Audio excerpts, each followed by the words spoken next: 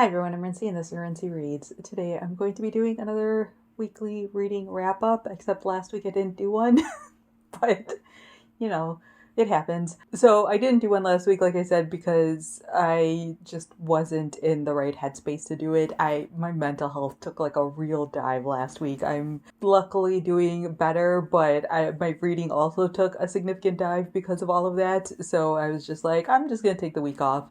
No big deal. But I'm back now because I have 2 books to talk about.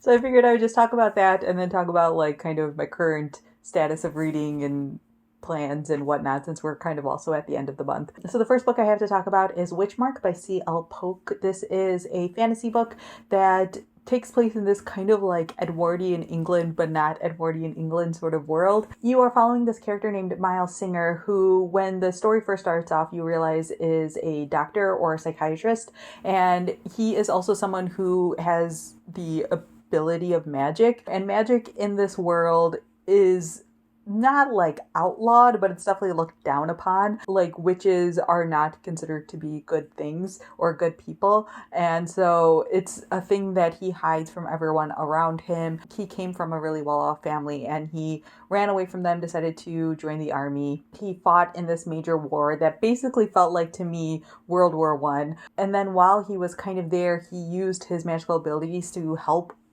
heal people, and now that he's back home, he is very invested in trying to help veterans of the war recover post-war. However, while he is dealing with all of these people, he starts to realize that a lot of the veterans are like dealing with something that he can't really explain, and he starts to look into this a little bit further, but that also like gets him into a little bit of trouble. And when the story first starts off, someone is brought to his hospital and like recognizes him from his magical past, and that sort of starts off a series of events. So I enjoyed this book. I don't remember if I gave it 3 or 4 stars on Goodreads itself, but I think I gave, like, the actual rating for me is like 3.5 stars. It's one of those books that I really enjoyed reading while in the moment, but I don't think it's necessarily having like a lasting impact for me. There's a lot of things about this book that I really enjoyed. Partially, like, I really enjoyed the sort of Edwardian feeling in this book, and a lot of the stuff that they talk about felt to me very reminiscent of like World War One and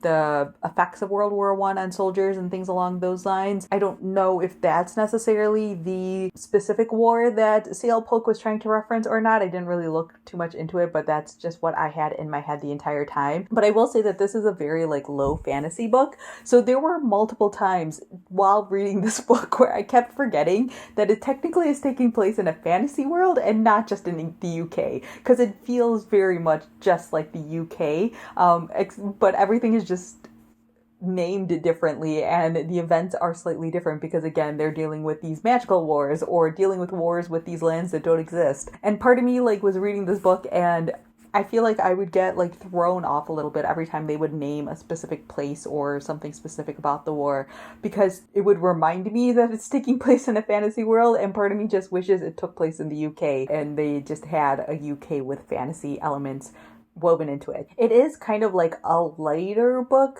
so to speak. Like, it deals with some heavy topics like PTSD, so it's not like a completely like lighthearted fantasy book, but it does feel a lot lighter than some other fantasy books. I think that's also because there is like a little bit of a romantic element to it. They don't like put labels on anything in here, but Miles is gay, or is part of a relationship with another man in this book, and so I think that whole storyline was just like real cute, and I think helped add to the levity of the whole story. This is the first book in a series, but this is a book that I feel like stands completely on its own. Like, if I read no more books in this series, I'm perfectly fine with it. I'm not necessarily in a rush to pick up the second book of the series, which I know for sure is out. I don't know if the third book is out yet, partially because like this one had, again, a very satisfying ending, although there are some ideas that are brought up towards the end of the book that you can tell are going to play out in the second book. But to me, everything within the first book felt very contained, so I like would be completely okay with not moving forward. Another reason why I'm not super excited about picking up the second book is because, from what I've heard, the second book is told from the perspective of Miles' sister, and Miles' sister was my least favorite part of this entire first book. I think she's the worst. She grows slightly in this book, but I did not want I didn't like her at all. So an entire book from her perspective doesn't sound very appealing to me. So yeah, I liked it. Not my favorite, not my least favorite, but it was kind of like a nice lighter book, and I think kind of what my brain wanted at the moment. Like, it's one of those books that I really enjoyed while I was reading it in the moment, but after the fact, it doesn't really stay with you, if that makes sense. And then the second book I've read is Paper Gods by Goldie Taylor. This is a political thriller, basically. The story takes place in Atlanta, and you are following a couple of different characters. One of them is the mayor of Atlanta, who she comes from an extremely like prominent Black family. Her father, I believe, was in politics, and she's married to like an extremely successful heart surgeon, but obviously everything is not what they seem. She is attending church one Sunday at the Ebenezer I forgot the exact name, the Ebenezer Church, Martin Luther King Jr.'s church, and she's there with her friend and colleague, this congressman, and the congressman is assassinated while in the church, and the mayor is sitting right next to it. And so it's partially about like figuring out who is behind this assassination, and partially about her own like political gains and moves now that the representative has been killed. And then the other main character basically is this reporter who was reporting on a lot of the sort of dirtier side of this Atlanta politicians, and he had like this major story come out that talked about the mayor's brother specifically and his sort of shady dealings and stuff like that. So obviously like he's not on the mayor's good side, but he also was not a great person himself.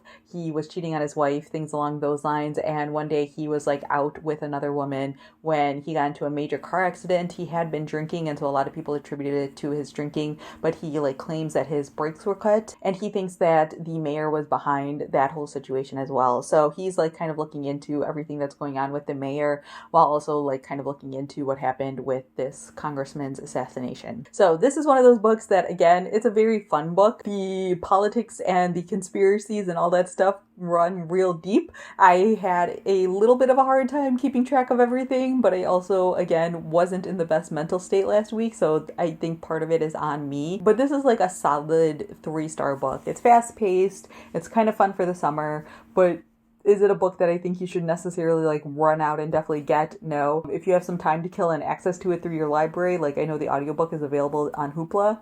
Is it a terrible read? Not necessarily. The accents via audiobook are very interesting to say the least. So yeah, I think it's just one of those stories that like dealt with too many ideas at one time, but there are parts of it that I found really intriguing, and I did want to know what happened with this congressperson and like who was behind all of this stuff. So yeah, solid 3-star book. Don't necessarily run out and get it today, but it wasn't terrible, basically.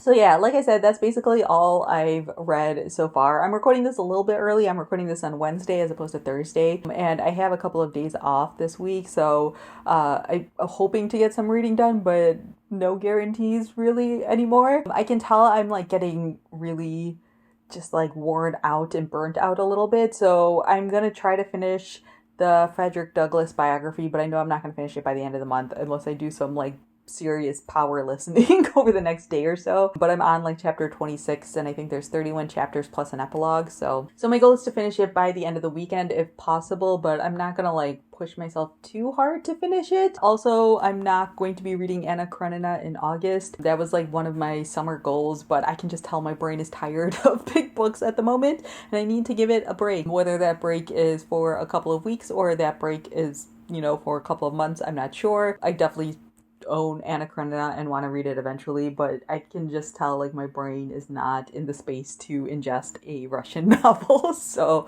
gonna put that on hold. Next week I'm gonna do a video talking about the BookTube Prize book. So I have been like reading a little bit more than what I've been talking about here, but it was for the BookTube Prize, and so BookTube Prize sort of announcements will come out around August 1st or August 2nd, so within a day or two of this video going live. And so after that point, we're allowed to talk about our experiences reading those books. So my plan is for next Friday to do my BookTube Prize related video. So I will be talking about 6 books in that video and sort of my rankings for the BookTube Prize. And I think that'll be kind of interesting to talk through because I had a really interesting time reading these books just because it took me a while to figure out how I wanted to rank them, and I will talk about all of that in that video. So yeah, I don't have too much more to talk about, but I definitely wanted to record a wrap up because if I'm doing my booktube prize video next week. I don't know how many books I'll read between now and the next time I do a wrap up. So yeah, sorry that this video isn't quite as exciting as my usual ones, but hopefully you all are doing well and you are getting some reading done. So yeah, let me know down in the comments below how you all are doing, what books you've been reading lately, and what's been getting you excited about books, because I feel like lately I've just not been as excited about books as I have been in the past, and kind of would like a little bit more of that excitement in my life. So tell me which books have gotten you excited recently. So yeah, that's all I have for now, and thanks for watching.